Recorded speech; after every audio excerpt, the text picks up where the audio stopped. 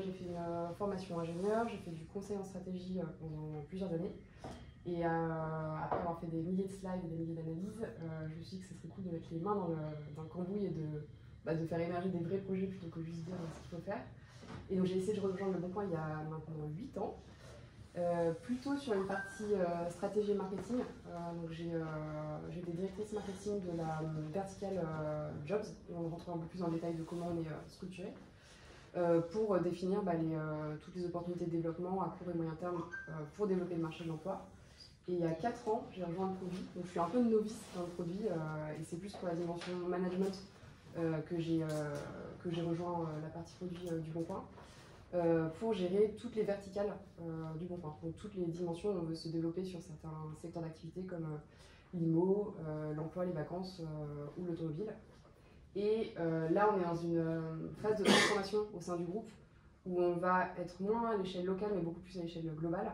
Et donc là, depuis janvier, j'occupe le poste de la direction produit Mobility, mais pour l'ensemble du groupe Adevinta. Donc pas seulement Le Bon Coin, mais à l'échelle plutôt européenne. Vite, c'est des questions sur mon parcours. Donc Adevinta, justement, c'est plutôt gros.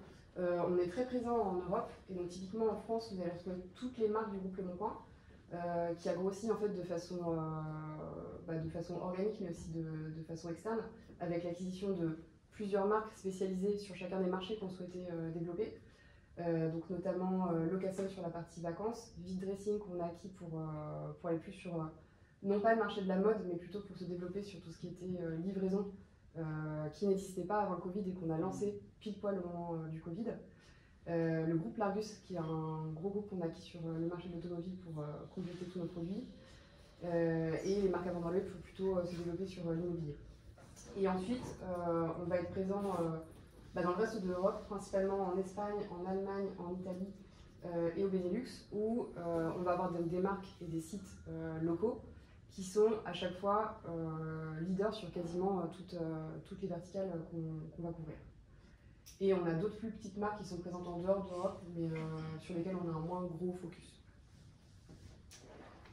L'organisation produit donc du Bon Coin, mais en fait qui devient l'organisation produit au sein de Adevinta, parce qu'on est en train de regrouper toutes nos entités de produits au sein d'une seule et même échelle.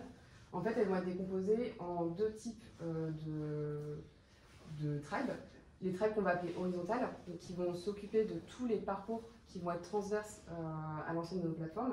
Donc on va retrouver Vibrancy, qui est plutôt ce qu'on va appeler le cercle vertueux, qui est vraiment le cœur de l'écosystème. Comment je dépose une annonce, comment je la cherche, comment je la trouve, quelles recommandations je peux avoir. Une tribe qui est dédiée à la confiance, parce que c'est un élément extrêmement important sur le monde de la petite annonce, pour lutter contre la fraude, la modération, s'assurer que le contenu est clean. Et une tribe qui est plutôt business enablers et plateformes, donc qui vont développer des outils qui vont servir à l'ensemble du site ou des marchés, qui sont les moyens de paiement, les systèmes de livraison, ce genre d'activité. Donc ça, c'est toute la partie horizontale. Et ensuite, on va retrouver la partie verticale, qu'on a décomposée en trois grosses tribes pour aller attaquer vraiment des pans particuliers sur certains marchés. Donc on va s'appuyer sur l'écosystème global et général pour avoir un dépôt qui soit globalement le même pour tous, ou une recherche qui soit la même pour tous. Mais ces équipes-là vont développer des produits qui sont dédiés à chacun des marchés. Donc sur e-commerce, on va plutôt s'intéresser aux biens de consommation, à tout ce qui est livraison, achat en lot, la partie marketplace pour les pros. Mobility, donc comme son nom l'indique, on va être plutôt sur l'écosystème de l'auto, donc c'est celle que je dirige. Et Real Estate et Emerging Vertical, on va se spécialiser sur les marchés de l'immobilier et ce qu'on appelle Emerging Vertical, donc les marchés qui sont plus petits mais qu'on souhaite développer, donc comme l'emploi, la location de vacances et potentiellement demain les services. Est-ce que vous voulez poser des questions sur l'orga produit?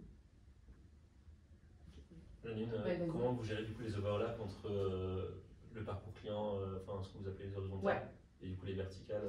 Il y a énormément de dépendances. Ouais. Et ça a été un travail qui a duré 2 ans, de découper la plateforme pour que en fait, les équipes, donc si par exemple on prend l'annonce, qui est l'objet principal, l'équipe qui était en charge de l'annonce, donc il y a 3 ans, elle gérait tout pour tous les marchés. Et donc du coup ça faisait boulot d'étranglement, ce qui faisait qu'on passait du temps sur nos marchés qui sont extrêmement forts, qui sont l'auto et l'IMO, et qu'il n'y avait jamais de bande passante pour les autres marchés.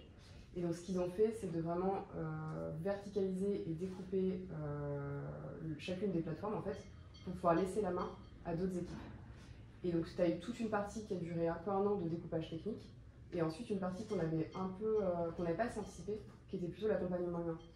Parce qu'en fait, en tant que si tu es PM de ta squad, tu connais ton avion, tu as bossé dessus pendant 2 ans, tu connais toutes les guidelines, tout ce qu'il faut faire, pas faire, c'est vachement dur de laisser entrer d'autres personnes sur ton domaine. Ouais. Et donc là-dessus, on a structuré au maximum pour décomposer les rôles et dire que tu as une cohérence globale qui doit être assurée. Et ça, c'est ces équipes-là qui sont en charge de la définir. Okay.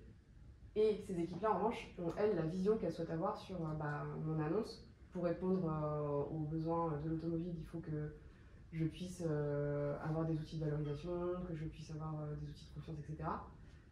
Et je connais mon marché. Et du coup, tu as beaucoup d'échanges entre ces équipes-là. Et quand tu dis guidelines, c'est carrément... tu as des API qui sont fournis alors, tu as des guidelines, des guidelines produits qui sont, par exemple, je sais pas moi, il y a un bloc de pub, il est à cet endroit-là, tu ne pourras jamais rajouter quelque chose dessus parce que sinon, ça fait décroître ton revenu publicitaire. Et tu as des guidelines techniques où on fait beaucoup de cross-dev, où du coup les équipes verticales vont faire leur premier dev avec les équipes horizontales.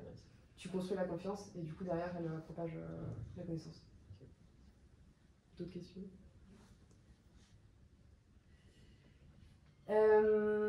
Et donc du coup ce soir, moi, ce dont je voulais vous parler, c'était des problématiques, je pense qu'on connaît tous, et qui sont particulièrement fortes sur les traits verticales.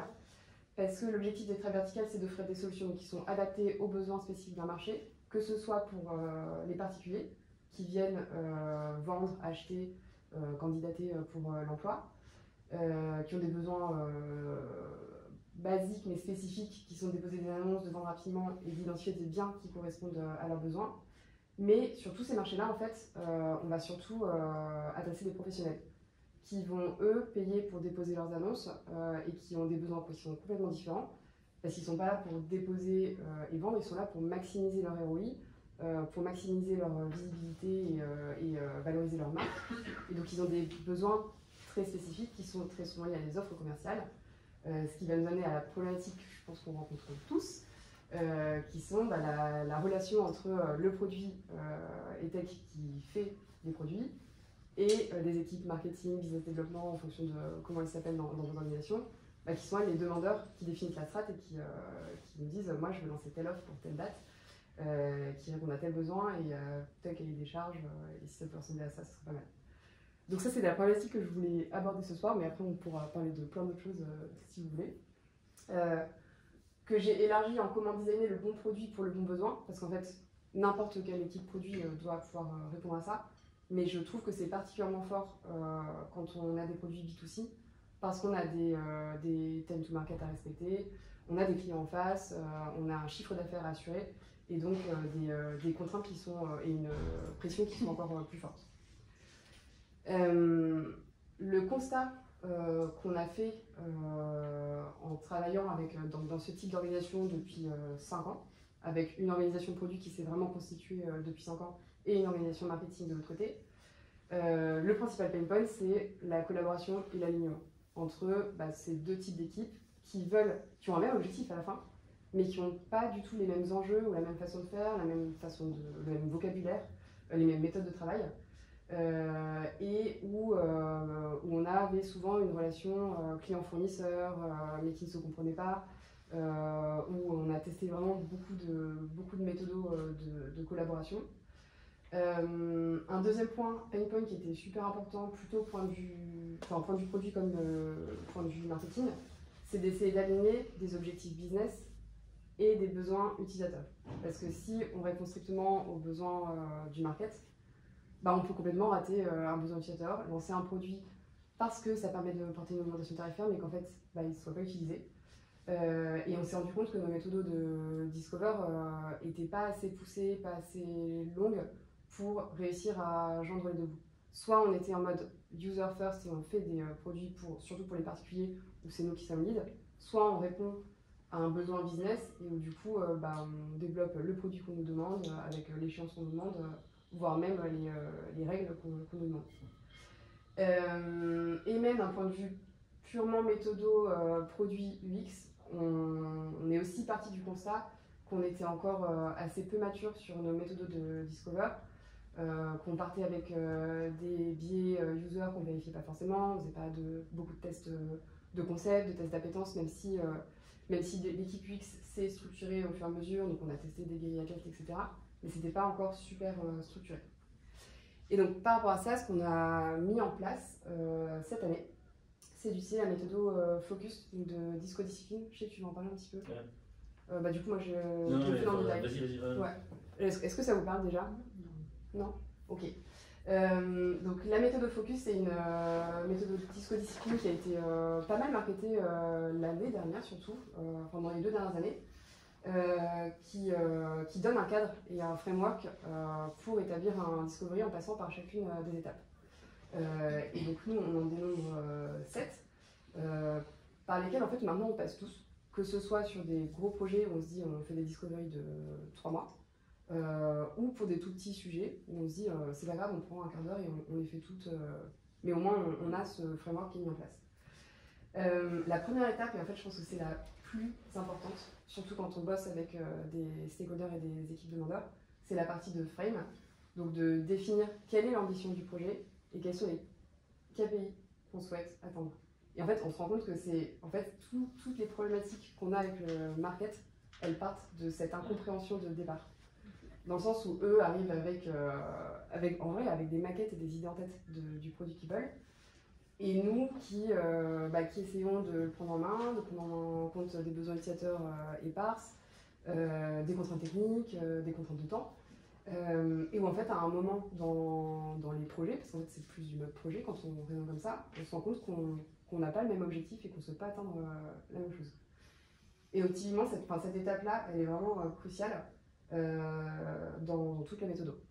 Sachant que cette méthode qu'on souhaite appliquer, à chaque étape, on définit à chaque fois qui sont les stakeholders à intégrer et on se bloque des temps de 2-3 heures d'atelier pour les faire ensemble.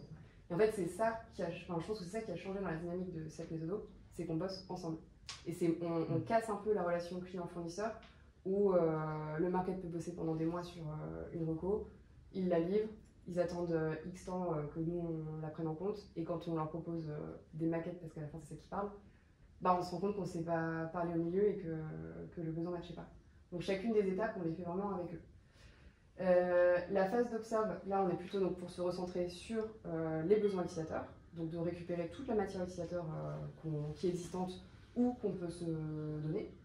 Sachant que dans l'étape de frame, il y a un point qui est aussi ultra important, c'est qu'on se donne un timing sur lequel on souhaite terminer ce focus pour se dire ok, à la fin on est d'accord ou pas d'accord et on décide ce qu'on veut faire et on est bon sur les timings par rapport à un lancement d'offres de produits.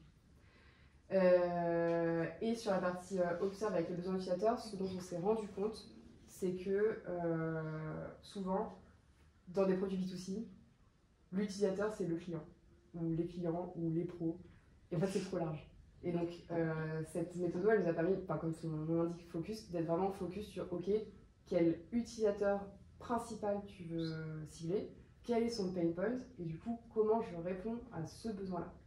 Et du coup, tout le long de la méthode, on n'en démord pas.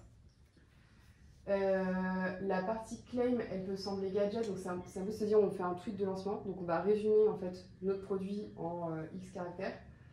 Mais en fait, le fait de la travailler nous force à nous dire ok, à quoi je réduis mon produit et quel est le besoin principal auquel je réponds. La partie unfold, c'est pour se dire quels vont être tous mes touchpoints et où est-ce que je souhaite être présent par rapport à l'objectif que je veux servir. Il y a une phase de style qui, nous, a beaucoup changé au sein du groupe parce qu'en fait, on a souvent envie de réinventer les choses et on a souvent peur de copier, en se disant que ça se fait pas ou même purement par ego, de se dire j'ai envie de le faire moi-même ou de le recréer. Et celle-ci, elle a permis de se déculpabiliser et d'être vachement plus libre, de se dire en fait si Amazon est leader sur la marketplace, c'est qu'il faut les choses bien. Donc c'est pas grave si on reprend ce qu'ils font et si on réinvente pas le produit. Et ça, on s'en sert de plus en plus.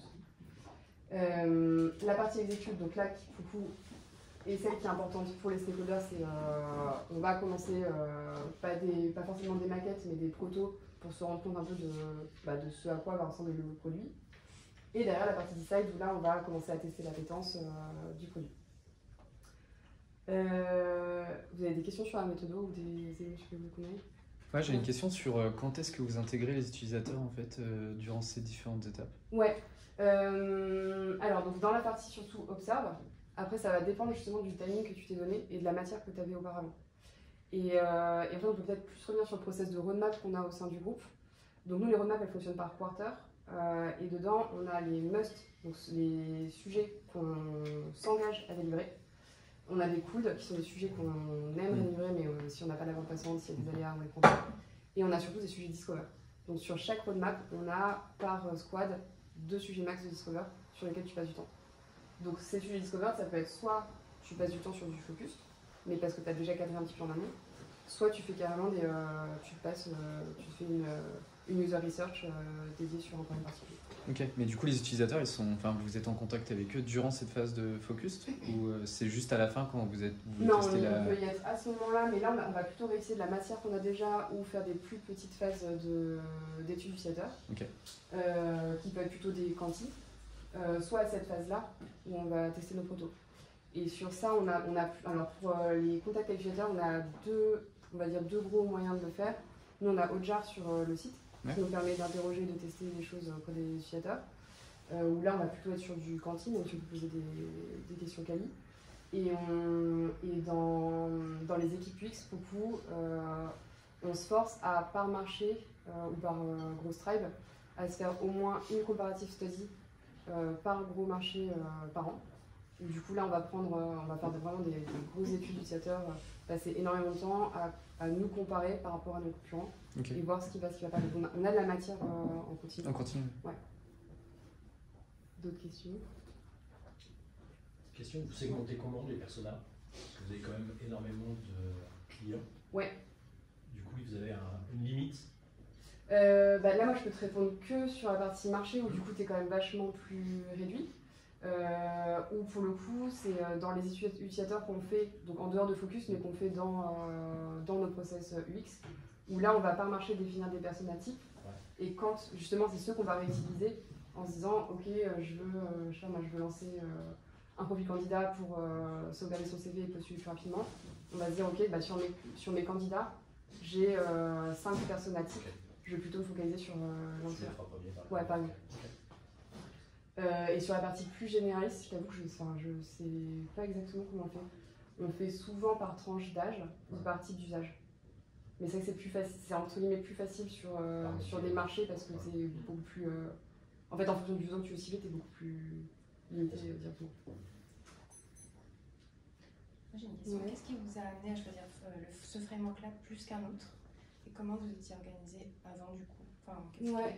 Alors celui-là, je pense que c'est plus par biais de rencontres, parce qu'on a échangé avec eux, qu'on a organisé des meet-ups où justement ils sont venus et on s'est dit ok, on va la tester. Et donc on l'a mise en place début d'année dernière. Et auparavant, c'est une bonne question. Du coup, on avait déjà toute la partie UX qui était déjà bien rodée, mais c'est vrai que la partie Discover, on s'était fait un template en interne où on se disait il faut qu'on passe par telle et telle étapes. Donc on était plus sur le why, le what, etc. Mais c'était pas super cadré. Et justement, c'est ça qui a fait qu'on s'est dit qu'il fallait guider un peu plus les PO parce que tu avais tes PM qui étaient plutôt seniors et qui savaient où ils allaient. Mais les PO juniors étaient quand même plus limités et savaient pas trop comment avancer. Et autre question, est-ce que du coup il y a des étapes sur lesquelles vous adaptez un peu le framework en lien avec votre organisation, enfin en lien avec du coup je dirais même qu'en fonction de chaque sujet, tu l'adaptes. Moi, vraiment celui qui est super important, c'est le frame. C'est celui sur lequel on passe le plus de temps. Je dirais que la partie unfold avec les touchpoints, on y passe moins de temps, mais c'est peut-être parce que le site est contraignant et contraint sur la partie touchpoint. Mais c'est surtout frame, observe qui sont super importants. Enfin, c'est le début en fait, quand tu t'alignes sur ce que tu veux résoudre comme besoin. Parce qu'à partir du moment où tu as un besoin qui est vraiment bien délimité, le reste ça déroule. Et là où on se plante, c'est quand on a mal défini le début. Je Je voulais revenir sur ce que tu as présenté comme la divergence d'objectifs. Ouais. Et en quoi peut-être ce framework, est-ce qu'il te permet de résoudre grosso modo ce genre de discussion, ou est-ce qu'en fait ça l'a juste amplifié parce que ça devient de plus en plus apparent? C'est une bonne question, parce que justement, je m'en suis rendu compte cette année en le testant. Donc je te prends un exemple concret. Sur l'immobilier, on a voulu, donc le market avait fait une étude utilisateur pour identifier quels étaient les besoins des pros pour lesquels ils étaient prêts à payer plus. Et en fait, on s'est rendu compte qu'on avait beau lancer plein de nouveaux services pour répondre à leurs besoins, c'est pas forcément des choses qui valorisaient. Il y a un truc qui valorise énormément sur l'immobilier, c'est d'être visible et d'être beau, parce qu'il y a un côté égo. Et donc, ils sont arrivés avec ce besoin de dire, ok, on veut lancer une offre où les pros seront plus visibles sur le site. Et la visibilité, c'est pas visibilité égale je veux plus de leads, c'est je valorise ma marque. Et donc, dans l'étape de frame, et on a insisté sur c'est quoi le KPI que tu veux faire bouger. Est-ce que c'est l'efficacité? Est-ce que c'est le nombre de clics sur tes annonces? Est-ce que c'est le nombre de vues de ta marque? Et ça, non, ils veulent juste se sentir beaux, donc il n'y a pas d'objectif comme ça. On saura qu'on a gagné s'il y a 20% de clients supplémentaires sur telle offre. Donc notre KPI, c'était j'ai moins de churn et je fais de la croissance sur telle offre. Et quand on est arrivé là, sur les maquettes, et surtout les règles de visibilité, de quel pro je vais mettre en avant, quel type d'annonce, comment je vais sélectionner, etc. Là, on a eu l'objectif initial, qui était, attends, mais en fait, moi je veux qu'il soit visible au moins une fois tous les X temps. Il faut qu'il soit visible tous les jours, il faut que le logo soit plus gros. Et c'est là qu'on s'est rendu compte que on avait peut-être mal bossé sur cette partie-là. Donc là, eux avaient un objectif de je veux être beau, qui en fait était je veux de l'efficacité, mais qu'ils n'avaient pas formalisé tel quel. Et nous, en revanche, on avait un objectif, parce que pour le coup, Le Bon Coin, ça fonctionne parce que tu as un équilibre entre les parts et les pros. Nous, pour le coup, on avait un objectif, un KPI défensif qui était je ne veux pas dégrader la visibilité et l'efficacité des annonces de parts. Donc, à partir de là, en fait, c'est vachement compliqué de. Et du coup, pourquoi est-ce que le Observe t'a pas permis de détecter ce truc-là avant le Execute? Peut-être parce qu'on n'a pas. Alors je sais pas, ouais. Est-ce que le Observe, c'est le moment où tu vas rencontrer tes utilisateurs justement pour débriefer le frame? Parce qu'en fait, ça reste une grosse hypothèse. Effectivement, on ne les a pas rencontrés à ce moment-là, donc ça a peut-être joué. Mais en fait, ce qui a vraiment joué, c'est qu'entre cette phase de frame et celle-ci, les équipes marketing ont défini les pricing. Et donc, je sais pas, plus 15% d'augmentation tarifaire. Et donc tout de suite, il faut de la réalité derrière. Et c'est ça, en fait, c'est peut-être un élément qu'on aurait dû savoir dès le début. De se dire, ok, en fait, il y a un énorme enjeu de visibilité et donc d'efficacité derrière. Parce que tu payes 15% de plus, tu t'attends pas juste à être beau. Tu veux augmenter ton revenu. Je pense que c'était surtout là qu'on s'est posé. Et du coup, si c'était à refaire, là vous êtes parti avec un KPI mou. Ouais. C'est devenu un KPI dur. Il n'y a plus de KPI mou. Je peux dire que.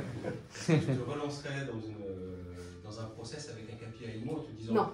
Pour le coup, ouais. Plus depuis mars l'année dernière. Oui, ça c'est sûr. Parce qu'il y a forcément un KPI en fait. Il y en a forcément. Donc tu vas passer du temps dans le frame jusqu'à le débusquer sans engagement. Pas forcément, mais en tout cas il y a peut-être des étapes il y a intermédiaires où il y a des trucs exactement. Avant d'en arriver là et de se dire ok, en fait on en a rien.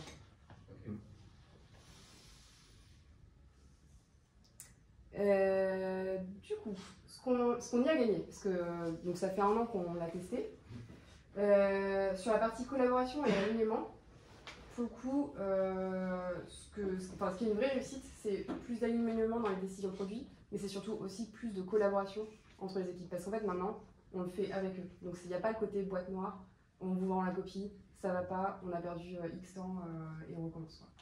Sur le temps, du coup, moins d'aller-retour. Entre non mais en fait je voulais pas ça ou ça correspond pas aux besoins et surtout plus de sens pour les équipes parce que du coup avec l'étape de frame où tu définis l'étape de frame et l'étape où tu observes avec les utilisateurs Côté produit UX, il y a moins la notion de je subis des demandes du market, on m'a demandé de faire ça, je le fais. Là, il y a plus un côté, je me raccroche à l'utilisateur et ok, on a un objectif d'entreprise qui est de gagner plus d'argent et de lancer une offre, mais on peut quand même, avec cet objectif-là, répondre à des vrais besoins users qu'on a identifiés. Sur la partie business et user objectif, il y a aussi donc plus de pragmatisme et d'alignement dans l'objectif qu'on souhaite atteindre et donc du coup dans la solution. Donc la solution est moins décorrélée de l'objectif initial et ça je pense que c'est vraiment quelque chose qu'on a gagné par rapport à ça. Une meilleure connaissance des utilisateurs parce que justement avec la phase d'observe, on se force à retester, enfin observe et même test d'appétence à la fin, on se force vraiment à réinterroger les utilisateurs plutôt que de partir bien en tête sur c'était une bonne idée, je sais qu'il faut faire ça. Et la partie focus, parce que du coup, on ne s'éparpille pas à vouloir répondre à tout, on va se focaliser sur le besoin principal qu'on souhaitait résoudre. Et sur la partie méthodo, ça donc c'est ce dont on parlait, c'est que du coup on a une méthodologie qui est beaucoup plus cadrée, qui est utilisée du coup, qui est utilisée vraiment sur l'ensemble de nos sujets, que ce soit des tout petits sujets où tu le tacles en 20 minutes, ou des gros sujets où tu te dis ok je vais passer 3 mois de discovery dessus. Ça a permis de faire les montées en compétences sur les équipes, notamment les plus juniors, parce qu'en fait ils savent, ils ont un cadre et c'est structuré. Et ce que je disais tout à l'heure, copier avec fierté, ça ça les a, moi je trouve que ça les a libérés là-dessus, parce que du coup ça les force, ça leur donne un cadre dans lequel on le fait, pas forcément sur la concurrence, surtout sur la partie verticale, on va pas juste regarder se loger sur la partie IMO, mais on peut se dire Airbnb font des choses bien. Amazon fait des choses bien, même si ça n'a aucun rapport avec l'IMO, et on peut les reprendre. Et du coup, au global, le reste sur la méthode, donc les points positifs, c'est que donc, on a un fil conducteur tout au long du projet. Ça nous permet aussi, parce que du coup, on a vraiment tout un template sur la partie focus, donc on a des livrables qui sont clés, on bosse beaucoup, certains bossent sur PowerPoint, mais on bosse de plus en plus sur Miro, où on sait que on a tout à un endroit, et que si quelqu'un à un moment doute, il n'a pas à rechercher un mail ou autre, tout est au même endroit. Et ce qu'on a fait en lien, c'est que pour chaque discours qu'on fait, il y a un chat Slack qui se crée avec tous les stakeholders dedans, donc comme ça tout le monde a l'info. Et on a quand même identifié pas mal d'axes d'amélioration. Le premier, c'est que autant nous, côté produit X, on a passé beaucoup de temps à se former à la méthode, autant les stakeholders, on leur a juste fait, au fait on va passer par telle étape, ils disent oui. Et puis en fait, ils se rendent pas compte de, par exemple, que Frame, qui est la première étape où ils assistent un peu passif, c'est la plus importante. Et donc ça, si c'était à refaire, et c'est ce qu'on a fait après coup, c'est vraiment de les embarquer sur par quelles étapes on va passer, pourquoi c'est important, pour que tout le monde soit aligné sur ok, l'objectif de cet atelier c'est ça, et en fait ça va définir toute la suite. Ce dont on a parlé, récupérer l'ensemble des éléments de contexte dès la phase de frame, pour pas avoir des KPI nous au début, définir des objectifs mesurables, adapter la méthode en fonction des besoins, donc ça on en a parlé, soit il y a des étapes qui sont moins importantes en fonction des marchés, en fonction des sujets, soit le timing n'est pas aussi le même. Et un gros pain point, c'est d'anticiper au max les délais et la dispo des stakeholders, parce que du coup on bosse ensemble. Mais bosser ensemble, ça veut dire se dégager une après-midi entière sur une partie, et ça, pour le coup, c'est pas si évident que ça. Et je dirais même, quand on dit les parties prenantes, il y a aussi identifier les bonnes parties prenantes. Parce que souvent, on va travailler, donc c'est le PO qui va bosser avec le responsable marketing, mais à la fin, en fait, c'est le directeur marketing qui va avoir son idée précise. Donc il faut être sûr d'embarquer les bonnes personnes au bon moment. Des questions? Je t'ai passé ta ligne. Ouais. C'est quoi selon toi la taille idéale pour faire le focus et rester focus? En délai ou en... La taille de l'équipe qui va être impliquée dans La taille de l'équipe, alors pour eux, il faut que tu aies l'UX, le PM, ton stakeholder principal, et une personne qu'on a un peu zappée à un moment, c'est le M. Parce que le M, il a quand même pas mal d'idées, il a des contraintes en tête aussi. Et en fait, typiquement, quand on parlait tout à l'heure de la partie visibilité sur l'IMO, tu as toute une mécanique à mettre en place de comment je fais le produit qui peut amener des contraintes que tu n'as pas forcément prises en compte au moment du proto. Donc je dirais au moins ces 4 personnes-là clés, quoi qu'il arrive. Parce que plus t'es nombreux, plus c'est compliqué aussi. Ouais. Au niveau de la gestion de la donnée, de la data, est-ce que tu penses qu'il faut une certaine maturité pour appliquer ce framework? Ou comment, enfin j'imagine que du coup, bon, voilà, vous êtes déjà avancé, mais du coup pour l'impliquer au mieux et justement optimiser, que ce soit les data quantiques, Ali, user, etc. Qu'est-ce que vous en êtes où, ou qu'est-ce que tu penses qui serait idéal pour l'application? C'est une bonne question. Alors c'est vrai que cette méthode elle marche quand tu as quand même beaucoup de matière ou que tu as la capacité à interroger facilement parce que c'est ça qui prend du temps. Donc soit tu as déjà de la matière existante ou de la donnée à laquelle tu peux accéder facilement. Soit tu dis tu l'utilises et ça prend beaucoup plus de temps et du coup il faut beaucoup plus anticiper. Et tu n'as pas forcément le confort de le faire. Et du coup ça veut dire que comment c'est organisé au niveau de... Enfin, est-ce que vous avez justement des... Alors il y a les UX research, etc. Mais est-ce qu'il y a des data analysts à Zipo qui peuvent aider à compléter ou vous êtes autonome en tant que PO je reprends l'étape. Justement, donc nous les data analysts, on les intègre pas tant que ça. D'accord. Enfin pas dans les workshops qu'on fait pour chacune des étapes, mais effectivement ils sont sollicités à certains moments qui sont, par exemple entre le moment, je dirais au moment de l'execute, parce que c'est là où on l'a le plus souvent rencontré. Là, tu commences à vraiment entrer sur la solution et du coup, tu as envie de vérifier certaines choses. Et donc, c'est à ce moment-là qu'on les intègre. D'accord. Ouais. Et après, si tu en as besoin sur Observe, mais pour le coup, nous, on a des dashboards qui sont vachement évolués, donc on a un données disponible.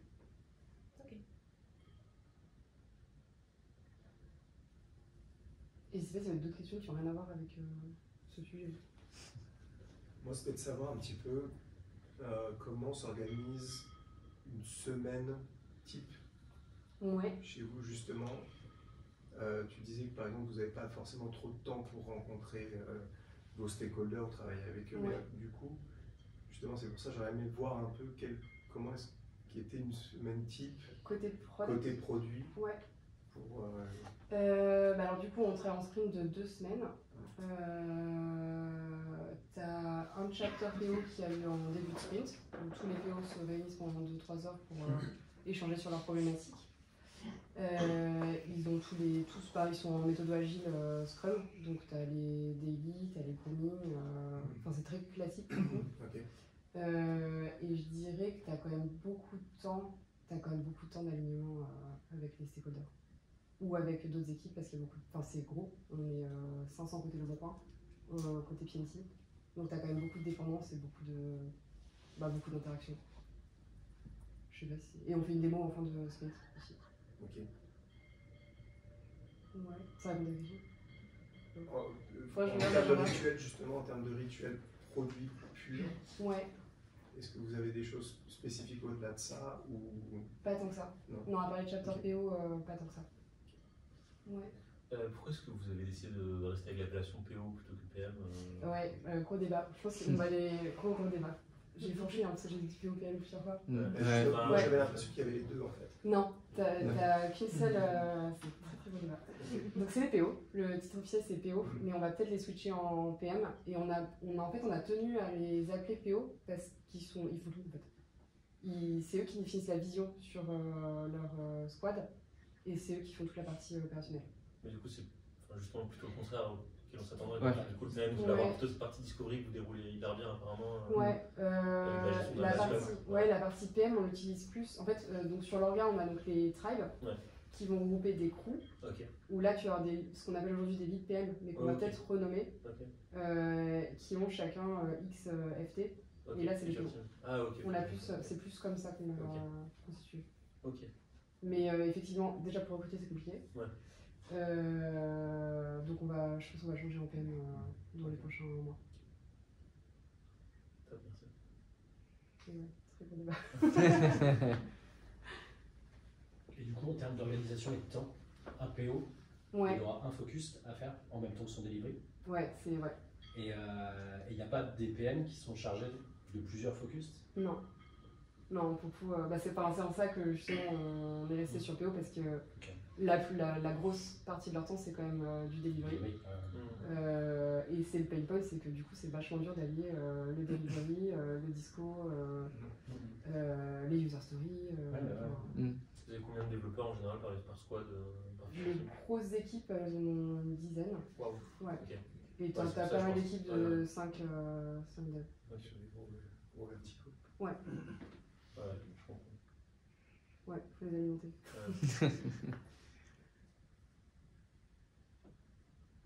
Cool, t'avais fini avec. Vous travaillez sur des sites, je sais pas si tu as dit au début, je suis désolée, je suis arrivée en retard, mais vous travaillez sur des cycles de quelle durée? Je sais pas, c'est des quarters. Ouais, c'est des quarters, roadmap en quarter. Et sprint de 2 semaines. Classique.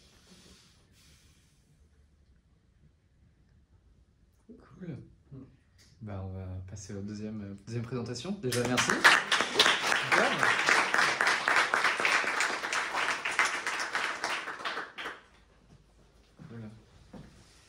Hello tout le monde, super intéressant comme présentation, ça me permet de voir un peu aussi les points communs et les différences malgré les très grosses différences de taille de structure. Je vais commencer à me présenter moi-même assez rapidement. Donc moi aussi je viens du conseil en transformation pour le coup. J'ai bossé 5 ans dans une pratique qui s'appelait Customer Experience, Digital Customer Experience. Donc à l'époque le produit c'était pas un truc qui était super marketé sur le marché, on savait pas trop comment on faisait et on en faisait un petit peu quand même. Et donc moi je suis hyper focus sur la transformation des parcours clients, donc j'ai bossé pour la BNP, Engie, on en parlait tout à l'heure, Natixis, la Caisse nationale d'assurance maladie, enfin ce genre de compte. Et le genre de problématique ça pouvait être, on doit repenser notre réseau bancaire, comment est-ce qu'on fait pour combiner des touchpoints physiques et des touchpoints plus digitaux. Et donc là on faisait pas mal de maquettage, ce genre de trucs, donc un peu de méthode de produit à l'époque là. Et ensuite j'ai switché chez Air France, donc comme on appelait à l'époque chez le client. Et là, j'ai intégré ce qu'on appelait la Digital Factory. Donc la Digital Factory, c'était une sorte d'entité ex nihilo qui avait été créée avec 2 missions. La première, c'était d'acculturer l'entreprise aux méthodes, aux produits. Donc on était très axé design thinking. On avait repris la méthodologie en double diamant, si ça vous évoque quelque chose, pour apprendre à une organisation qui était un peu vieillissante avec les métiers d'un côté, ce qu'on appelait les AMO d'un autre, et puis les MOE, qui étaient plutôt les gens de l'IT qui allaient développer. Et donc, comment est-ce qu'on arrivait à rassembler tout ce monde-là pour prendre les besoins utilisateurs avec un point qui était assez important, c'est que c'était du B2B. Donc, en fait, on faisait des produits à destination interne pour tous les métiers d'Air France. Donc, ça pouvait être ce qu'on appelait les personnels navigants commerciaux, donc hôtesse, steward, pilote, tout comme les RH, le cargo, le bagage, tout ce qu'on veut. Donc, j'ai fait ça pendant 2 ans. Et ensuite, j'ai rejoint le monde de la start-up dans une start-up qui n'en est plus une, qui s'appelle Toucan, à l'époque Toucan Toco, désormais seulement Toucan. Où j'ai intégré l'équipe en tant que product manager et entre-temps, du coup, là, sur mes 3 ans d'expérience, je suis passé head of product. Donc je vous laisserai me poser des questions si vous voulez à la fin ou maintenant sur mon parcours, s'il y en a qui sont intéressés. Et du coup, qu'est-ce que c'est Toucan? Toucan, c'est une plateforme qu'on dit de communication de données, d'analytics, à destination d'entreprises d'éditeurs software qui elles-mêmes vont exposer leurs données à leurs clients à eux. C'est une solution qui se veut très multicanal, donc vous pouvez soit utiliser la plateforme Toucan, soit embedded, donc c'est-à-dire embarquer une brique analytique dans votre propre produit, soit utiliser des supports de communication comme des rapports PDF, ce qu'on appelle les data walls qui permettent de diffuser des insights sur des murs d'entreprise. Et notre ambition à nous, c'est de permettre d'avoir l'expérience la plus engageante pour les gens qui vont venir consommer ces données-là, avec une super UX, une super UI, une facilité d'implémentation et très peu de skills techniques qui sont nécessaires pour y arriver. Est-ce que j'ai un petit slide qui manque? Ouais, j'avais rajouté un petit slide pour vous montrer un cas d'usage en vrai chez Combo RH, mais bon, j'arrive à vous le retrouver après. Donc notre organisation, comment elle fonctionne, on a 4 feature teams avec 4 PM sur chacune de ces feature teams. Au total, on est une équipe de 15 développeurs, 2 engineering managers et 2 product designers, donc c'est une petite structure, somme toute, surtout comparée à celle qui vient de présenter. Donc avec des enjeux assez différents et je vous en parlerai un petit peu. En termes de méthodo, on a aussi appliqué Discovery Discipline l'année dernière, donc on a commencé ça en janvier 2023 et là très récemment en septembre on a fait une sorte de rétro sur l'année, l'utilisation en 2 cycles de Discovery pour savoir ce qu'on aimerait changer et on a un petit peu éclaté le framework et on l'a peut-être alourdi. Parce qu'en fait on trouvait que ça couvrait peut-être pas tout le cycle produit, là où un cycle produit en fait dans la mission d'un PM, c'est vraiment que le produit soit utilisé dans les mains de l'utilisateur. En fait, Discovery Discipline s'arrêtait pas mal à cette fameuse phase execute, et on trouvait qu'il n'y avait pas assez ce suivi-là. Donc il y a toute une partie derrière avec la delivery, l'enablement, l'analyse qui n'était pas inclus dans Discovery Discipline, une partie plus amont sur comment est-ce qu'on arrive à identifier les opportunités d'initiative. Je pourrais énormément vous en parler si vous voulez. J'ai pas trop développé cet axe-là dans la présentation, mais si vous voulez qu'on aille creuser là-dedans, ça sera avec grand plaisir. Je vous ai aussi mis quelques illustrations de notre stack produit, c'est la même chose, c'est juste pour que si vous avez des questions, vous puissiez me les poser. On utilise Product Board en road mapping, Miro qui est un énorme outil collaboratif, tout simplement un tableau blanc digital, mais qui nous permet d'avoir vachement ce foisonnement d'idées. Mixpanel pour les analytics produits, Figma au design, Confluence et Jira surtout malheureusement sur la partie delivery. Et on s'utilise nous-mêmes pour faire aussi un peu de product analytics, donc pareil, je pourrais vous en parler. Gitbook, c'est notre outil de documentation, et Clap, c'est un outil que j'adore, qui permet de faire des vidéos et en fait de digitaliser le temps de partage et du coup d'avoir des commentaires async. Je suis hyper fan de ce produit. Voilà, donc là je vais vous parler de un peu mon expérience de 3 ans, donc elle m'est hyper personnelle, et en plus de ça elle est arrivée dans une phase où Toucan venait de faire une série A, donc de lever des fonds pour la première fois. Ça arrivait en 2020, en décembre 2020, peut-être un peu avant, et moi j'ai intégré Toucan en janvier 2021. Donc j'ai vécu en fait le moment où l'organisation a été stretchée entre la start-up, pas super structurée, avec des fondateurs et ensuite une grosse maille opérationnelle, à une boîte avec beaucoup plus on va dire, qui allait commencer à se former avec un middle management, etc., et qui devait se professionnaliser. Il y a toute une série d'enseignements. Évidemment, je ne peux pas tous les développer avec vous, mais c'est tout ce qui m'est sorti par la tête quand j'ai préparé le meetup. J'ai choisi de faire un focus sur les 3 premiers. Et ensuite, je vous laisserai à la fin lire les autres. Et si vous avez des questions sur ces autres enseignements qui ne sont pas en gras, avec plaisir aussi pour les développer. J'ai dû faire un choix, malheureusement, puisqu'on n'est pas ensemble jusqu'à 22h. Donc le premier enseignement que je voulais partager avec vous, c'est à quel point ça a été difficile de faire transitionner Toucan de ce modèle produit startup à un modèle plus scale-up. Et je pense que le premier point, je trouve qui saute aux yeux, je ne sais pas si certains d'entre vous l'ont observé dans des petites entreprises, c'est l'omniprésence des founders. Et ça c'est hyper, je pense, significatif. J'ai fait quelques entretiens d'embauche où à chaque fois je voyais ce truc qui était un peu mon red flag, pas tant parce que c'est pas bien qu'il y ait des founders qui sont impliqués, mais c'est à quel point est-ce qu'ils vont être directifs, ils vont savoir avoir du lâcher prise pour que l'équipe puisse ensuite faire son travail. Chez Toucan, ça a été un triptyque qui s'est formé, et donc avec un chief marketing, un chief product, enfin, qui est du coup le CEO, et un chief sales. Et en fait, c'est A3 qui décidait de la roadmap et de ce qui était à faire. Donc ça, c'était un point très caractéristique de Toucan à l'époque où j'ai rejoint. Deuxième point qui était hyper important, c'est les PM faisaient un peu tout. Et quand je dis un peu tout, c'est parfois ils faisaient un peu du travail d'un CSM, donc de gens qui gèrent des comptes, ils font un peu de pre-sales, ils vont mettre les mains dans la technique, c'est voilà, je veux dire un découvert très couteau suisse. Et les choix étaient pris de manière assez empirique. Pourquoi? Parce qu'en fait la boîte s'est construite sur une opinion forte de qu'est-ce que devait être à l'époque, du coup on appelait beaucoup ça la data visualisation, le data storytelling. Et ça a hyper bien fonctionné. Et du coup, quand ça fonctionne bien, normalement, c'est censé super bien continuer à fonctionner. Donc, il y a toujours eu un peu cette mécanique de se dire, ouais, en fait, on connaît hyper bien les gens parce qu'en fait, on est avec eux sur des deals, on leur parle hyper régulièrement en support. Donc, en fait, on sait quelle bonne décision prendre. Et le dernier point, et j'avais fait un point d'enseignement là-dessus, c'est beaucoup de développement tactique. Donc, qu'est-ce que c'est un développement tactique? C'est quand tu as un client qui dit, en fait, j'ai absolument besoin de ça. Parfois, il y a même une menace de je vais te churner ou enfin voilà, j'ai pas envie de continuer avec vous si vous le faites pas. Du coup, on me dit ok, pas de problème, on le fait. Et ça marche bien quand on a 3 clients. Aujourd'hui, tout on a un peu plus de 150, mais même au bout d'un moment, ça scale pas du tout. Donc, c'était un des trucs qui nous a mis pas mal sous tension. Et donc, du coup, on a dû passer de ce modèle-là, avec un peu ces manifestations, à un modèle plus décentralisé. Donc, qu'est-ce que ça veut dire? C'est-à-dire redonner du pouvoir, entre guillemets, au product manager, qui à l'époque était aussi appelé product owner, c'est je pense aussi peut-être un symptôme. Et donc, du coup, de savoir dérouler la méthode et de justifier les choix qu'on fait. Donc, ça, c'est une première transition qu'on a dû faire. Une deuxième qui était de transitionner vers un rôle beaucoup plus professionnel. Le framework, notamment Discovery Discipline, c'était aussi une bonne façon d'upskiller, de mettre tout le monde un peu au même niveau méthodologique, de connaissances, de discussion. avoir des raisonnements plus backés sur de la donnée. Et quand je dis donnée, c'est pas seulement du quanti, mais aussi beaucoup de quali, donc des vrais feedbacks utilisateurs, de la clusterisation, de verbatim, voilà, tout ce genre de choses. Et avoir des roadmaps qui sont non pas tactiques, mais stratégiques. C'est-à-dire qu'on se dit, en fait, on a une vision, on a envie d'apporter notre produit vers cet endroit-là. Quels sont les différents jalons pour y arriver? Quelle est la product stratégie? Alors, comment est-ce qu'on a fait ça? Ah, vas-y. Je vais peut-être y répondre, parce que c'était justement la partie omniprésence des founders qui ont un avis très fort et qui sont très présents, puisqu'on l'a vécu aussi. Ouais. Et le côté, j'ai 3 clients, je le fais parce que ma vie en dépend. Ouais.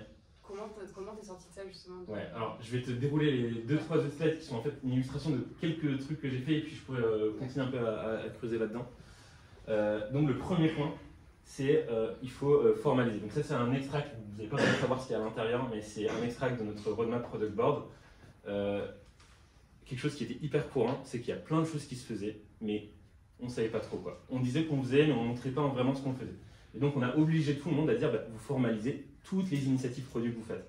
Et ça nous donnait des roadmaps à rallonge, et là encore elle est vachement abrégée par rapport à celle qu'on avait, où il y avait peut-être 15 sujets en attente, et rien que ça provoque des discussions en se disant ok on sait qu'on ne va pas arriver à servir ces fameux 15 clients en même temps, qu'est-ce qu'on choisit? 3 points de suspension, je vous en parlerai un petit peu après de quelle est la suite de cette discussion. Du coup, pour pouvoir justifier qu'est-ce qu'on choisit, il faut avoir une méthode, il faut avoir quelque chose qui te permet de backer, avoir des arguments. Et c'est là où en fait toutes ces notions de framework qui est vachement glorifiée dans le monde du produit, j'ai envie de dire, a un sens. Donc nous on a utilisé Focus, qu'on a un petit peu décomposé. Là vous voyez 2 screenshots de notre template sur Confluence, qui est notre source de vérité sur les discoveries. Et ici plutôt un board Miro dans lequel en fait on a tous les insights qui permettent d'alimenter les discussions. Donc de tous ces trucs là, on va créer une synthèse et on va dire voici les raisons qui nous poussent à penser que c'est le bon moment, parce que il y a quel est le bon sujet et quel est le bon moment pour faire ce bon sujet. Et donc pourquoi est-ce que c'est le bon moment pour faire ce bon sujet là? Donc la méthode. Et j'ai quand même l'impression qu'il y a un troisième truc qui me manque, je sais pas. En tout cas, pour répondre aussi à ta question, c'est la première fois qu'on a fait ça, on a dû poker la démarche, parce que en fait, quand on a montré un peu tous ces trucs-là, ça ressemblait pas encore à ça à l'époque. Ils disaient mais en fait c'est overkill, t'as trop de trucs, c'est super lourd, de toute façon on sait, etc. Donc en fait on a mené ça juste sur un stream, enfin sur une squad, pour voir les effets que ça avait. Et en fait, assez naturellement, petit à petit, en 1 an, c'est devenu le standard. Parce que en fait, tu vois bien que quand tu as des discussions, elles sont vachement plus riches, plus backées. Ça, c'est quelque chose que je trouve assez intéressant, c'est que dans Focus, j'avais parlé un petit peu avec Rémi Guillaume qui faisait un Rex. Et en fait, il m'avait posé une question que j'avais trouvé super intéressante, c'est ok, toi, tu as ton truc qui est hyper lourd avec plein d'étapes, mais tu peux jamais tout dérouler sur toutes les initiatives. Donc, quel est en fait le must que tu dois avoir? Et en fait, nous, on a choisi des sortes de livrables un peu clés, des must-have. Et en fait, ces must-have, c'est comment est-ce que tu arrives à répondre à quelques questions clés. Pourquoi est-ce qu'on le fait? Quel est l'impact qu'on va en avoir? Si tu devais me projeter sur une solution, qu'est-ce que ça serait cette solution? Et comment est-ce qu'on mesure qu'on a réussi, quoi. En gros, c'est un peu 4 points auxquels on veut répondre. Et si on devait vraiment cruncher cette méthode à sa plus pure essence, c'est ça qu'on garderait. Et en fait, on voit que du coup, les discussions qu'on a avec les stakeholders du type founder, elles deviennent beaucoup plus structurées. Et là, tu les pousses en fait à faire des choix beaucoup plus durs. Et j'en parlerai un peu à la fin parce que ça, c'est peut-être juste après. C'est un axe hyper important dans les enseignements. C'est comment est-ce qu'on fait passer ces fameux stakeholders d'une position de client à une position d'investisseur. Donc pareil, je ne sais pas si c'est quelque chose qui résonne chez vous. On avait beaucoup ce symptôme qui ressemble beaucoup à ce que tu as décrit avec le market, qui est en fait on développe quelque chose et en fait au moment où c'est shippé, ils vont dire ouais en fait c'est pas exactement ce qu'on voulait, ou ça n'a pas fait une différence, ou on avait besoin de d'autres choses. Donc un peu ces positions d'inspecteur des travaux finis, qui est super désagréable parce que toi tu as cramé des ressources de discovery, des ressources de delivery, ce qui est le pire en fait. Et à la fin, tu n'as pas cet engouement interne qui est la première étape pour que ça fonctionne dans le go-to-market. Sachant qu'en plus nous on est en B2B, donc le vecteur stakeholder il est hyper important. En B2C, tu as une relation plus directe, mais en fait, si en interne, tes CSM, tes équipes de delivery, elles ne sont pas embarquées dans ce que tu as fait, ça ne va pas forcément fonctionner avec le client. Et même, on avait des verbatims qui nous disaient ouais, en fait, vous avez un peu fait ça dans votre coin. Alors que nous, on avait toute notre méthode, donc on était hyper fiers, on se gargarisait de ce truc-là. Et en fait, ils disaient ouais, c'est un peu la boîte noire, vous avez choisi vos trucs, pourquoi est-ce que vous avez priorisé ça? Donc, c'était des verbatim qui nous faisaient tiquer, tout comme bah, c'est la photo produit, ça ne fonctionne pas. Dès que tu as une galère de business, tu peux aussi dire ce genre de choses. Donc voilà quelques petits drapeaux rouges qui vous font penser que vos stakeholders sont plutôt dans une position de client. Et dernier point que je prends peut-être plus de notre côté, c'est on avait du mal à lier nos initiatives produits à des objectifs business. Et ça, je pense que c'est encore un peu un truc qu'on doit continuer à travailler. C'est on a du mal à se dire, ok, bah, cette initiative va faire bouger, en anglais on dit move the needle, mais en gros faire bouger un métrique donné hyper important. Parce qu'en fait, c'est tellement multifactoriel que tu peux livrer ton initiative super bien, mais en fait, s'il y a des problèmes chez le client qui ont trait à quelqu'un qui quitte la boîte, en fait, qui coupe notre outil, c'est hyper difficile de dire c'est à cause de nous qu'ils ont churné ou à cause de nous, donc grâce à nous si on est arrivé à signer plus de clients. Donc voilà, ça c'était un autre aspect qui faisait qu'on était dans cette situation. Alors qu'est-ce qu'on a fait du coup? On a mis en place un premier truc qui était ce qu'on appelle le comité Product Feed, qui a eu vocation à faire des partages de feedback terrain. Pourquoi est-ce qu'on a fait ça? Nous, on a un channel Slack qui s'appelle Product Feedback, dans lequel tout le monde dans la boîte peut dire voici une amélioration que je vois dans le produit ou une problématique que j'encontre dans le produit. Et en fait, ce qu'on avait dans les Product Feedback, c'est des choses, il y avait un peu à boire et à manger, des trucs super granulaires, genre je comprends pas pourquoi ce bouton est placé ici, tout comme je pense qu'on n'arrive pas à avoir des performances suffisantes avec le cloud provider sur lequel on est plugué. Donc en fait, rien à voir. Et donc du coup, ce qu'on s'est dit, c'est qu'on a besoin d'avoir une matière plus agrégée et en fait d'avoir des représentants du business. Donc nous, le business, nos équipes customer facing, on a du coup les CSM, on a l'équipe care, donc support client. On a une équipe qui s'appelle Professional Service qui va aller faire du conseil pour créer des applications tout le temps chez le client. On a les pre-sales, on a les sales et on a le market. Donc c'est ces équipes-là qui vont venir nous dire bah, voici ce que nous on ressent du terrain ou ce qu'on ressent que le marché a besoin de faire, et ils créent des petites cartes dans lesquelles il y a un template de pourquoi est-ce qu'on veut le faire, qu'est-ce qui est en jeu, quel objectif business, et du coup on anime ce truc-là de manière trimestrielle, dans lequel on a ce genre de discussion, de dire ok, voici ce qu'on a vu, et nous on se dit ok, c'est une correspondance avec notre vision produit ou pas, et on lance ou non des discoveries. Donc là vous voyez un peu une sorte de Kanban de notre roadmap, je vous en parlerai peut-être un peu plus tard, qui est en Now, Next, Later. Donc qu'est-ce qu'on veut faire, qu'est-ce qu'on a comme problématique à traiter plus tard, qu'est-ce qu'on est en train de designer en later du coup, en next pardon, et qu'est-ce qu'on est en train de développer now. Et donc ça en fait on fait cette sorte de concordance. Du coup ce que ça veut dire c'est que les parties prenantes sont honneurs des idées ou parfois honneurs des idées. Ça c'est hyper important et ça donne ce sentiment d'écoute et aussi de responsabilisation sur le résultat. J'avais une question là sur ces feedbacks là que vous avez. À quel point ils sont orientés problème ou solution en fait? Très bonne question. Parce que souvent, ils sont éminemment orientés solution. Bien évidemment. Ça c'est notre bataille. En plus on a mis une formulation qui dit quand je suis utilisateur, je souhaite faire nanana, mais je n'y arrive pas parce que nanana. Donc personne n'utilise. Tout le monde écrit une user story en disant voilà, en tant qu'utilisateur, je voudrais pouvoir cliquer sur ce truc-là pour avoir cet écran-là.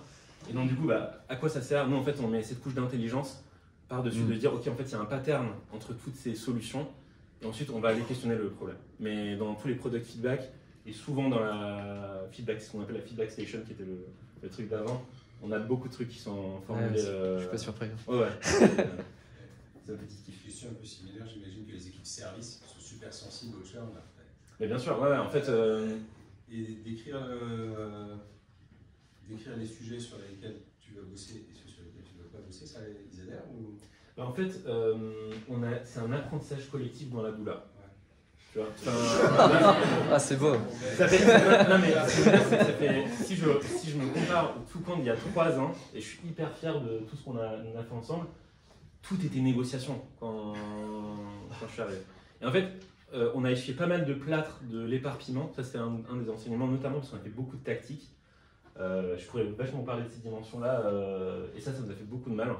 Et je pense que les gens, ils ont compris, la boîte, collectivement, on a compris qu'on a mis l'organisation sous stress parce qu'on n'a pas eu ce genre de discussion.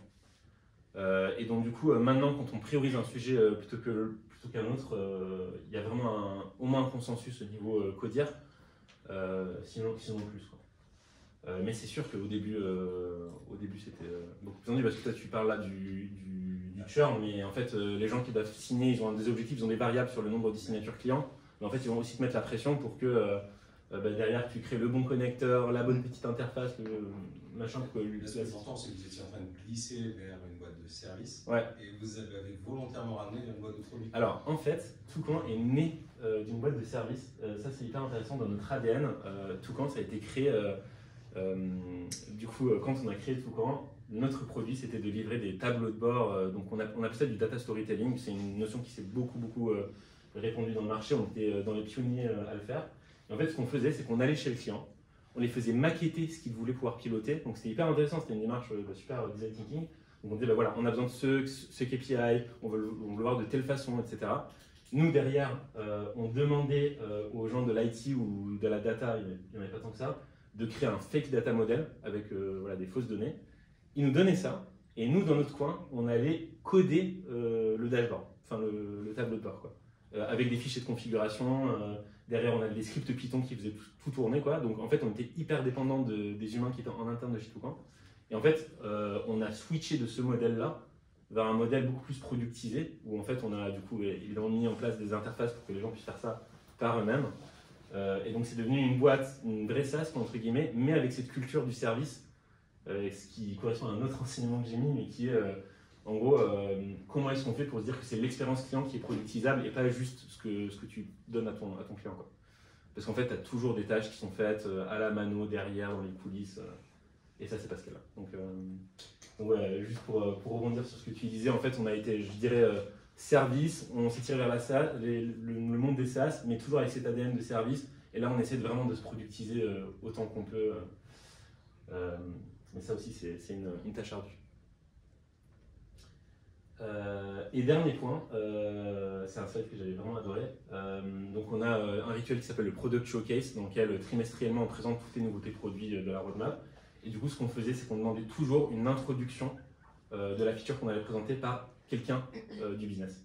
Et donc là, ce mec-là, c'était un pre-sales chez Toucan, qui nous avait aidé à identifier une problématique sur la gestion des datasets qu'on avait un peu partout.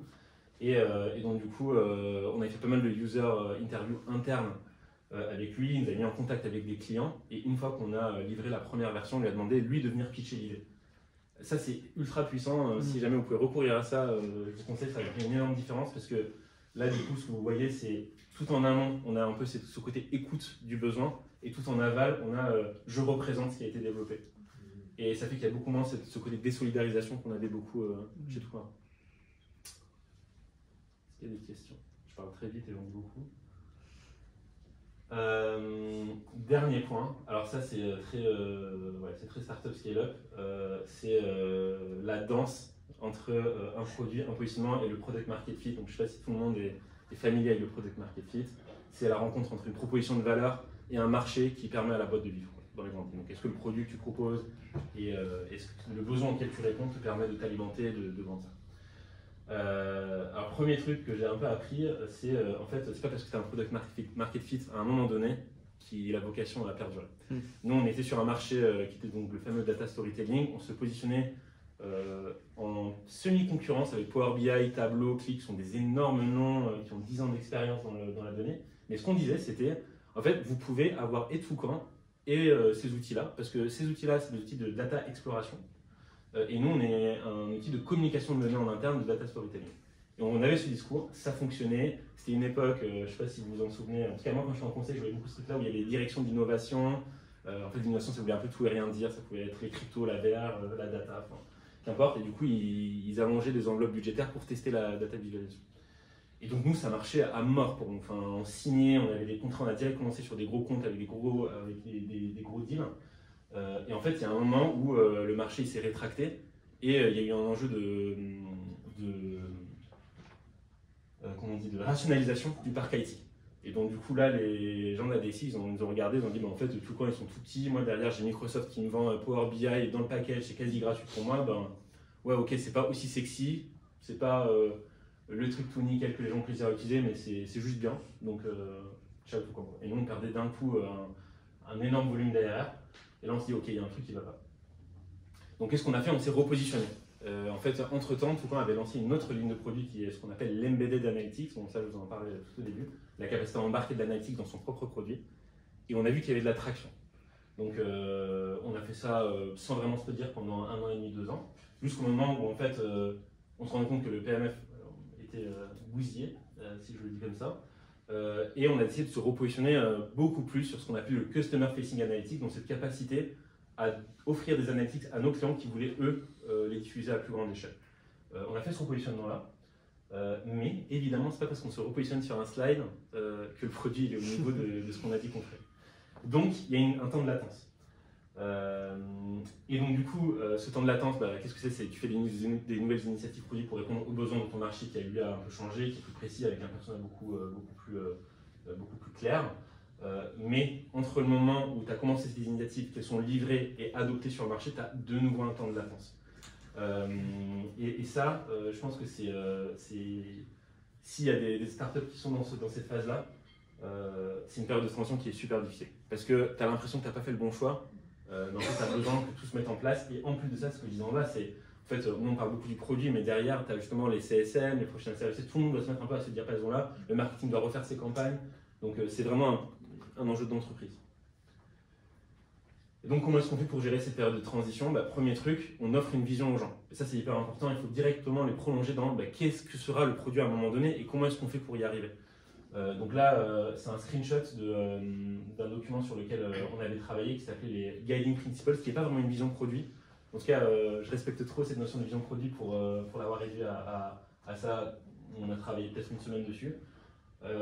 Qui était de dire en fait c'est quoi notre mission, c'est quoi notre vision dont on a hérité, à qui on vend, pourquoi est-ce qu'ils voudraient nous acheter nous, sur quel marché on se bat, et quel est notre, j'appelle ça le compass, mais quelle est notre boussole de décision, qu'est-ce qui fait qu'en fait on va choisir telle ou telle initiative plutôt qu'une autre. Et ça a eu beaucoup de retentissement au CODIR, vraiment beaucoup, parce que du coup ça nous a permis de nous aligner sur ce qu'on voulait, il y a eu pas mal de commentaires sur le document, et à une maille plus opérationnelle, ça a permis aux gens de plus incarner, de comprendre les choix qui seraient faits. Deuxième point, c'est le focus de la roadmap. Alors ça, c'est, je pense, un effet super positif. Quand on s'est repositionné et qu'on parlait du coup à des éditeurs logiciels, en fait, on se rendait compte que la plupart avaient les mêmes besoins. Et donc, ça, c'est la colonne Reach du RICE de notre roadmap, donc qui dit combien de personnes sont concernées par la problématique qu'on a dû traiter. Et on s'est retrouvé dans une roadmap super hétérogène. Donc ça, c'était les initiatives qu'on avait avant, avec des Reach plutôt modérés. Et une roadmap où en fait toutes les initiatives étaient quasiment à 5 ou à 4 et c'était directement une traduction de ce repositionnement et ça il faut le communiquer à la boîte pour dire en fait regardez ça marche déjà, enfin, on s'est repositionné, on va parler à des utilisateurs et à chaque fois c'est les mêmes problématiques qui reviennent.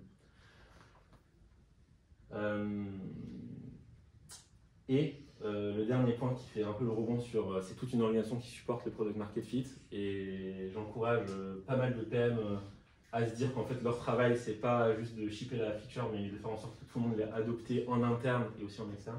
C'est en fait il faut coordonner tout le reste des départements. Donc ça pareil c'est un slide qu'on avait préparé pour un board d'investisseurs dans lequel on disait ok le produit il est fait mais par contre il y a une documentation à écrire, il y a les messaging decks du marketing, il y a comment est-ce qu'on fait pour recréer les process opérationnels parce qu'en fait on parlait de gens plus techniques avec d'autres enjeux etc. Comment est-ce qu'on refait nos démos pour aller chez le client.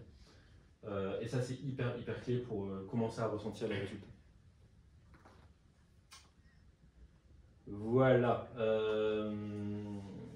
Est-ce que vous avez des questions sur les points que j'ai adressés jusqu'à maintenant? Est-ce que je vous ai assommé? Non, mais s'il faut, on peut soit prendre des dernières questions ici ou même faire les échanges directement autour d'un verre. Je pense que ce sera peut-être aussi simple. Je ne sais pas s'il y a des questions là directement qui veulent se poser. Je vous laisse voir. J'en avais une par rapport justement à la relation du fondateur qui au début tu as dit le CEO était le product. Ouais. Et donc là ensuite il y a eu sûrement une transition, quelque chose. Alors en fait effectivement le CEO était CPO, donc dans sa forme, dans sa signature mail il y a écrit CEO and CPO. Et ensuite, ce qui s'est passé, on a recruté du coup un Head of Product qui n'est pas resté très longtemps avec nous et on a recruté ensuite une CPO, donc c'était il y a 1 an et demi, une CPO vraiment chevronnée qui m'a beaucoup appris et qui d'ailleurs était justement connectée avec les auteurs de Discovery Discipline qui a aussi fait que du coup on a un peu utilisé cette méthode là et ça a vraiment créé une démonstration de la valeur que ça avait d'avoir quelqu'un de senior dans le product qui vient prendre les choses en main. Donc C'est ça qui a beaucoup, je pense, changé notre capacité à croire au produit ou à être une organisation beaucoup plus tournée produit ou qui croit aux vertus du produit qu'avant. Cette personne-là est partie et du coup, qui a pris la section. Oui. Plutôt sur l'organisation, du coup, j'imagine qu'il y a eu pas mal de recrutements qui ont été faits entre la startup et la scale-up. Comment du coup l'organisation produit s'est adaptée? Comment vous avez adapté votre framework produit? Tu parlais aussi beaucoup de feature team, et tu parles beaucoup d'objectifs. Alors pourquoi pas impliquer plutôt des objectifs team? Donc ça, je pense que j'en parlais un petit peu quelque part, genre sur l'impact team, le risque de l'immaturité. Donc tu m'as posé plusieurs questions. Première question, c'est comment est-ce que l'organisation s'est adaptée à cette notion de scale-up? En transparence, pas très bien. En fait, on a fait beaucoup de recrutements d'un coup. Et donc du coup, pouvoir accueillir beaucoup de gens, maintenir une culture d'entreprise, faire en sorte que les gens continuent à collaborer, que les managers se parlent entre eux, c'était un gros challenge pour tout le monde. Je ne vais pas te parler vraiment de comment l'organisation elle a grandi. Par contre, pour ce qui est de l'équipe produit, en fait la croissance de l'équipe produit, elle n'a pas suivi la croissance des recrutements parce qu'il y avait un peu cette croyance qui était que, en fait, vu que le produit avait super bien fonctionné jusque-là, en fait, c'était qu'un enjeu de distribution, de pouvoir atteindre les étoiles. Donc en fait, une énorme partie du budget est partie sur le marketing et les ventes. Donc tu vois, typiquement, l'équipe de vente, il y avait 3 personnes, je suis passé à 9. Les développeurs et les PM, je te donne un truc grosse maille, mais c'était peut-être 20 personnes et on est passé à 23. Tu vois. Pour aller jusqu'au bout du truc, l'organisation s'est un peu rétractée depuis, mais nous on est resté au même nombre. Donc du coup, ça, je pense que c'est hyper intéressant comme leçon. C'est plutôt une leçon, je dirais, CEO qu'une leçon pour nous. Mais en fait, il faut vraiment, je pense, avoir cette capacité d'anticipation, de se dire, ok, en fait, tu as ton produit qui grossit, tu vas adresser beaucoup plus de clients, donc il faut qu'il soit beaucoup plus robuste. Donc ça touche à un autre enseignement qui est ce côté de payer sa dette. En fait, une startup, elle a vocation à montrer très vite la valeur qu'elle peut apporter, donc elle crée forcément de la dette. Technique en très grande partie, mais de la dette fonctionnelle parce qu'on fait beaucoup de tactique, donc on fait un peu les trucs comme ils viennent, de la dette design, on n'avait pas de designer au début de Tocantoco. Donc en fait il faut payer cette dette là et ça demande une énorme capacité d'investissement et en plus le héros de ce truc là, pour le démontrer, c'est l'enfer. Donc voilà, je pense que faire grossir l'équipe technique déjà pour remettre à plat un peu les fondations, c'est hyper important et ensuite pour le coup tu peux vachement plus accélérer sur cette culture. Donc ça c'était ta deuxième question sur l'équipe produit et il y en avait une troisième je pense. C'était feature versus impact. Voilà, alors, donc ça c'est... Donc quand moi je suis arrivé chez Toucan, il y avait une squad qui s'appelait la squad onboarding et en fait cette squad là elle avait vocation à incarner le product-led growth. Donc pour les personnes qui ne sont pas familières avec ça, ce que ça veut dire c'est que le produit devient en fait la clé de voûte du cycle de vie du client. Tu peux recruter les clients avec le produit, tu peux les fidéliser avec le produit, tu peux faire de l'expand, augmenter la taille des contrats avec le produit, etc. Et donc, son objectif c'était de générer des leads à travers notamment un free trial, donc une version d'essai gratuite de notre produit. Qu'est-ce qui s'est passé quand on a essayé d'optimiser l'expérience d'onboarding pour qu'en fait les gens qui étaient des free trialers qui venaient essayer de notre produit aient la meilleure expérience, on faisait péter les features de la squad d'à côté parce qu'en fait on bossait tous sur la même code base et donc du coup c'était très compliqué. Et donc du coup ça c'est un point je pense qui est hyper important, c'est l'impact team c'est presque devenu un standard aujourd'hui, hein. Enfin, il y a beaucoup, quand on écoute les podcasts produits, il y a plein de gens qui disent on a un impact team, voici le KPI qu'on est en train de faire bouger, etc. Ça demande vraiment une archi et une clarté fonctionnelle domaine driven architecture qui soit nickel parce que du coup sinon c'est les PM qui se marquent dessus sur leurs initiatives, les techs qui font péter le code de la squad d'à côté et ça on n'était pas prêt. Aujourd'hui, on est en train de retendre un peu plus vers ce modèle-là, parce que du coup, on a, je rentre un peu dans les détails techniques, mais on avait un back-end, un monolithe, quoi. On a cassé ce back-end en plusieurs services, donc on a APIisé un peu notre produit. Et donc, du coup, on est en train de créer une code base beaucoup plus propre, de sorte à ce que chaque squad soit owner un peu de sa code base. Et à ça, on associe une notion de métrique sur l'air produit de la. Parce qu'aujourd'hui, nos squads sont sur air produit, des air produits, et ces air produits sont sur des jobs to be done. Donc, par exemple, on a une aire produit qui s'appelle Administrate. Donc, le job to be done, c'est en fait, je suis utilisateur de Tocantoco, je veux administrer mon espace. Et donc là, on va mettre un métrique qui a trait à ce user type-là qu'on va venir servir. Donc, on arrive sur un modèle plus hybride, mais on n'est pas sur une full impact team de la littérature. D'autres questions? Est-ce qu'il y a d'autres enseignements qui attirent votre attention Est-ce que vous arrivez à les lire de là où vous êtes? C'est peut-être ça aussi le problème. Ouais. Le fait d'être en B2B, c'est vrai que le côté sell it before you make it, les sales ont besoin d'avoir une vision sur la roadmap, et puis, du coup ils en parlent à leurs clients. Et du coup, toi, tu te retrouves un peu coincé. Alors, ça, c'est hyper intéressant ce que tu dis parce que, en fait, ce qui se passe, c'est que les sales n'avaient pas de vue sur la roadmap. Parce qu'ils n'en avaient pas. Donc, du coup, qu'est-ce qu'ils faisaient? Ils allaient dire, vous voulez ça? T'inquiète. C'est encore pire. Par contre, on apprenait même après que le deal soit signé. Hein. Donc, ça, c'est. Pardon? C'était neuf à dire ça. Ouais, c'était neuf. Ça a été très compliqué à gérer. Mais pareil, quand je vous disais qu'en fait, c'est un apprentissage collectif, ça n'arrive quasiment plus. Et donc, en gros, le fait de faire de sell before you make it, c'est pas intrinsèquement quelque chose de mal. Enfin, je pense pas à ça. Je pense que quand c'est pas maîtrisé, c'est catastrophique. Là, c'était pas maîtrisé. Par contre, qu'est-ce qu'on fait maintenant? On travaille sur des roadmaps externes. Souvent, on propose aux sales de venir les accompagner sur des calls clients en vendant la vision. On met tous les bons disclaimers. En plus, nous, on a une roadmap, donc Now Next Later, c'est une roadmap, il n'y a pas de timeline en fait.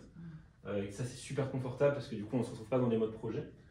Et donc, dans cette roadmap-là, je vais en parler un petit peu parce qu'elle est hyper intéressante conceptuellement. Donc, Now, ce que ça veut dire, c'est que c'est quelque chose qui est en cours de développement. On choisit une time frame dans laquelle on dit qu'en général, quand c'est dans Now, ça va sortir à mois plus quelque chose. Chez nous, on dit que dans le trimestre, ça va sortir. En général, si ça me vient. Next, c'est des initiatives souvent qui sont plus tournées vers comme des solutions, parce qu'on sait à peu près ce qu'on veut faire. Avec le product design, on a commencé à designer les maquettes. Ça se finit en mode grooming de user story. Et en fait, il y a 75% de chances que ça soit passé en Now. Et later, là, pour le coup, c'est une colonne qui est super flexible. C'est plutôt des problématiques que des solutions. Donc, on sait qu'on a des problématiques à adresser. Et on dit, en général, c'est des problématiques qu'on va adresser dans les 12 prochains mois. Et il y a 30 à 50% de chances que ça soit sorti de la roadmap. Une fois qu'on a acculturé ça en interne, c'est super puissant. En vrai, on est vachement aidé parce que vu qu'on s'adresse beaucoup à des SaaS, il y a beaucoup de SaaS qui ont aussi adopté ça et qui ont un peu ce côté empathique de ouais, on sait ce que vous traversez et nous aussi on comprend que vous communiquez de cette façon-là. Donc, en tout cas, pour répondre au point que tu disais, quand tu vas avec des sales, que tu leur expliques que la roadmap elle fonctionne comme ça, que tu dis en fait, nous on est en train de tester votre appétence sur certaines de ces initiatives, ça te donne même des infos en plus à toi pour dire en fait. Ton côté, ton value risque, il est assez faible parce qu'en fait tout le monde fait un petit soupir de soulagement, te dit un petit mot qui te laisse penser que ouais, tu as touché juste sur la problématique. Donc ça peut être très puissant, mais alors c'est souvent catastrophique. Ouais. Comment tu gères la dette fonctionnelle et technique qui a été accumulée avec le sur-mesure? Alors, donc pendant un certain temps, on ne l'a pas géré. Déjà, c'est le premier truc. Maintenant, comment est-ce qu'on la gère aujourd'hui? On a un peu deux façons de le faire. Aujourd'hui, les bandes passantes des squads, elles sont divisées sur, on va dire, 3 lanes, quoi. Une première qui est la roadmap. Donc, même ce qui est tactique aujourd'hui rentre dans notre roadmap. C'est hyper intéressant. Avant, on avait une lane qui s'appelait tactique, mais on a arrêté ça. Donc ça, en gros, on se dit, on a 50-60% de la bande passante de l'équipe qui est dédiée à faire de la roadmap. On a 20 à 30% qui est dédié à faire des bug fixes et 20 à 30% qui est en théorie chargé de faire de la résorption de dettes techniques.